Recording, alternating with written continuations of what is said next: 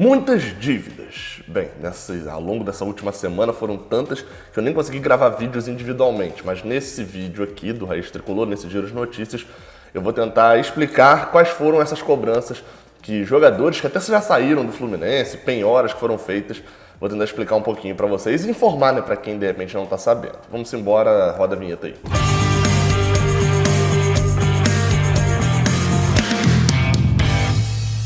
Seja bem-vindo, você guerreiro de todo o Brasil e de todo o mundo. Aqui é o canal Raiz Tricolor. Eu sou Gabriel Amaral, sou jornalista e sou tricolor. Deixe seu like aqui embaixo, se inscreva aqui no canal porque isso é muito importante e passa na 1xBet. O link tá aqui no primeiro comentário, é a sua chance de participar de um tricolômetro. Você vai lá, faz o depósito usando esse link que tá aqui no primeiro comentário. Clicou, se você não tem cadastro, faz o cadastro. Se você já tem, faz um depósito e manda o comprovante para esse e-mail que tá aparecendo aqui na tela. Você tem chance de participar do tricolômetro que acontece na próxima semana aqui no canal Raiz Tricolor. Uma live com inscritos, é a sua chance de participar e de ganhar prêmios como camisa, copos, etc. Enfim, vamos embora pro vídeo. Bem, são algumas cobranças, mas de antemão eu já preciso deixar uma coisa clara. São cobranças, a maioria delas, antigas e não necessariamente têm uma relação atual com o Fluminense, né? Eu vou explicar mais disso no final, mas preciso deixar claro isso daqui.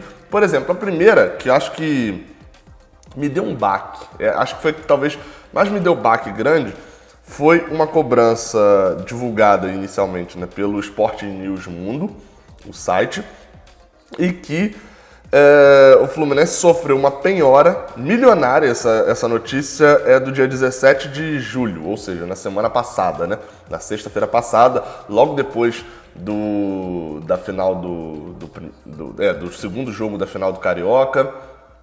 Bem, a gente ainda triste e tal, mas tinha tido duas ótimas transmissões pela Flu TV, uma arrecadação muito grande de Superchat, com o dinheiro, o AdSense, também de dois maiores vídeos do Fluminense, da Flu TV, né, no YouTube, ou seja, o AdSense do Fluminense ia vir um valor considerável para o clube. Ainda é um valor baixo, mas eu gosto sempre da declaração do presidente do Fortaleza, que diz que não existe valor baixo e valor alto para clube, porque não existe essa de dispensar valor baixo, né, na maioria das vezes, porque o clube tem salário de jogador de R$1 milhão para pagar, mas tem conta de luz e conta de água de R$300. Então, dinheiro alto, dinheiro baixo, todos eles são bem-vindos. Mas enfim, essa renda foi penhorada, a renda que viria do AdSense. Nessa notícia do Sport News Mundo, né, de semana passada, ele diz o seguinte, que por conta de uma dívida com a Caixa Econômica Federal, uma dívida lá de 2003, de uma ação, o juiz da 10ª Vara Federal de Execução Fiscal da Justiça Federal do Rio de Janeiro determinou o bloqueio de R$8.700.000 sobre as verbas adquiridas pela Flu TV. O Fluminense provavelmente entrou com recurso e tal, isso vai ser determinado ainda, mas ele determinou que o dinheiro que o Google, né, a Google, que é dona do YouTube, que é dona do AdSense, que monetiza o YouTube, que paga quem produz para a plataforma, transfira a totalidade dos créditos a serem recebidos pelo clube, executando em decorrência de transmissão e publicidade. Aí tem só um porémzinho aí, né?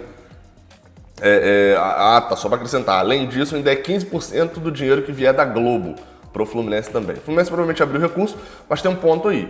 Todo o dinheiro que o Google vai pagar ao Fluminense, ou a Google vai pagar ao Fluminense, não é todo o dinheiro, na verdade é uma parte pequena até do dinheiro que o Fluminense lucrou na transmissão.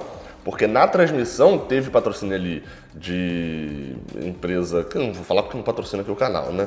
Mas enfim, empresa, TIM, Estácio, dane-se, né? Empresas grandes, tal, lá do Pets. Teve o Zé, né? Sabe quem vem pro jogo hoje? O Zé. Teve bastante patrocínio e que não entra pelo YouTube, isso é negociado diretamente. É tipo um 1xBet aqui no canal, né? Que eu dei o exemplo que lá no início fiz o anúncio, a 1xBet negocia diretamente comigo. Ela não negocia com o YouTube para o YouTube me pagar. Então esse valor, pelo que eu entendi, não está penhorado. O que está penhorado é o dinheiro que vem do YouTube. E aí, enfim, fica tristeza, né? Porque o Superchat serviu, mas pelo menos dinheiro penhorado significa dinheiro perdido. Não significa dinheiro perdido. Significa um dinheiro que foi para pagar uma dívida que já deveria ter sido paga, né? Nesse caso, uma dívida de quase 9 milhões de reais para a Caixa Econômica Federal de 2003. Enfim, né? Mas vamos esperar para ver se um recurso vai acabar liberando essa grana. Outra dívida, essa daqui é também do dia 17. Fluminense, do Globoesporte.com, Fluminense chega a um acordo com Valência e parcela a dívida de quase 2 milhões, né? 1 milhão e 780 mil, em 36 vezes. Ou seja, Valência, que jogou ali até 2014, saiu do clube, né, depois de 2014, tinha uma dívida de 1 milhão e 800 mil, né, aproximando aí reais. As dívidas eram de rescisão, verbas rescisórias e parcelas de fundo de garantia, não pagos. Então, nesse acordo, o Fluminense parcelou essa dívida em 36 vezes. Essa dívida morreu. Ah, por que morreu, Gabriel? Mas não tem que pagar. Tem que pagar, mês a mês. Mas essa é uma dívida que, quando você bate lá, o Fluminense tem 800 milhões em dívida. Essa dívida é a dívida que não preocupa, porque ela já está equalizada. Por exemplo, vou te dar um exemplo. Se você compra um guarda-roupa na Casa de Bahia lá de R$1.000 e você parcela esse guarda-roupa em 10 vezes de R$100 e você está pagando certinho todo mês, essa dívida está tranquila, está equalizada. Ela não é uma dívida alta, você tem R$1.000 em dívida, mas ela está equalizada. Agora, se você comprou uma bala no bar da esquina de 15 centavos, falou que ia voltar lá para pagar e não voltou, essa dívida é uma dívida perigosa, porque ela não está equalizada. Então, essa dívida é mais importante do que a outra. Só para deixar mais ou menos claro, quando você vê aquele número alto de dívida, tem clube que tem uma dívida alta e tem equalizado.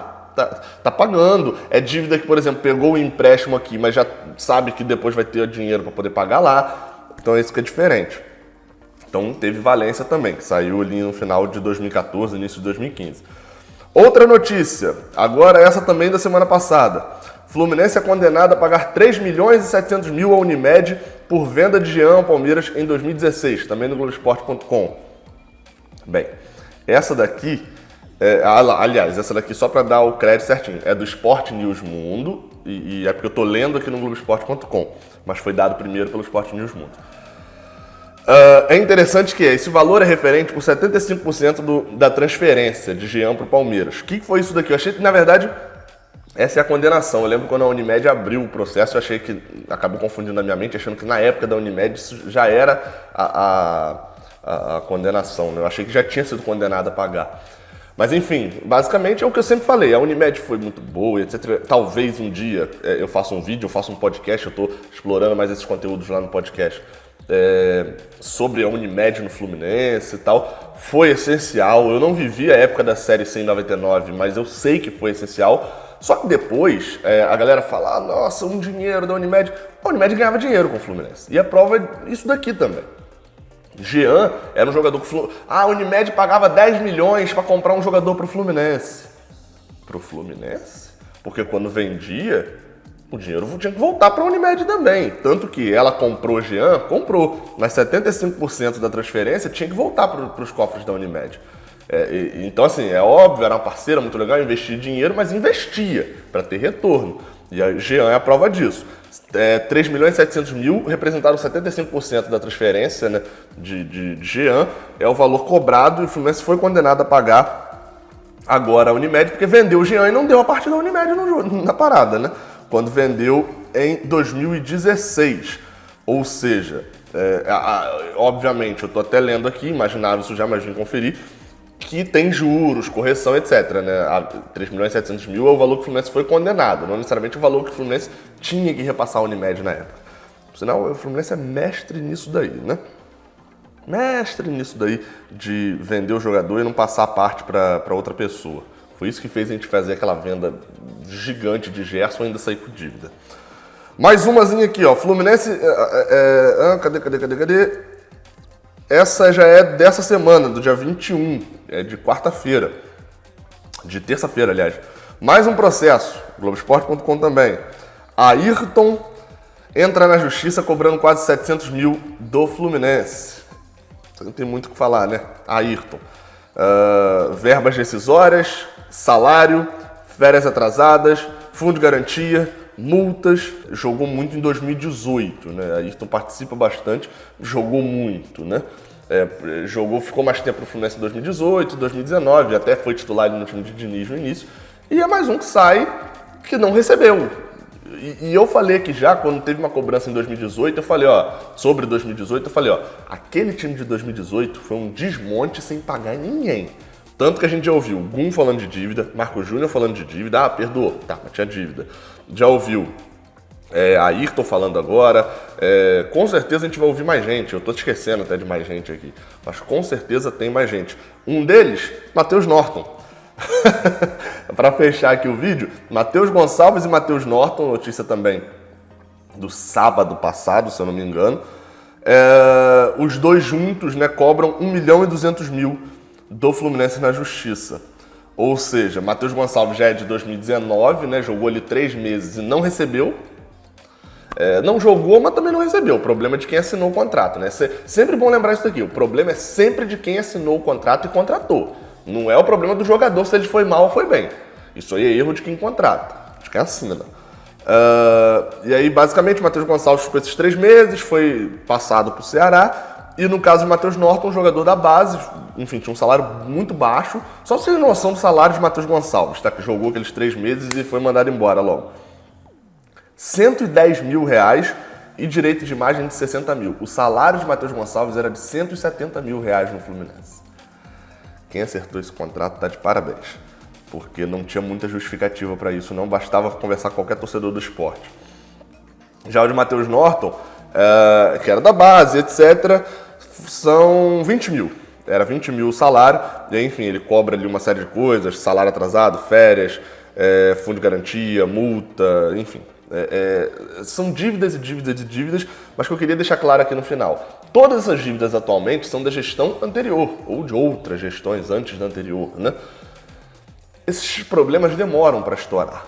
E eu quero muito. Em 2018 eu tô falando, vai surgir mais gente ainda de 2018. Pode esperar. Ayrton Lucas depois, não sei se já surgiu também.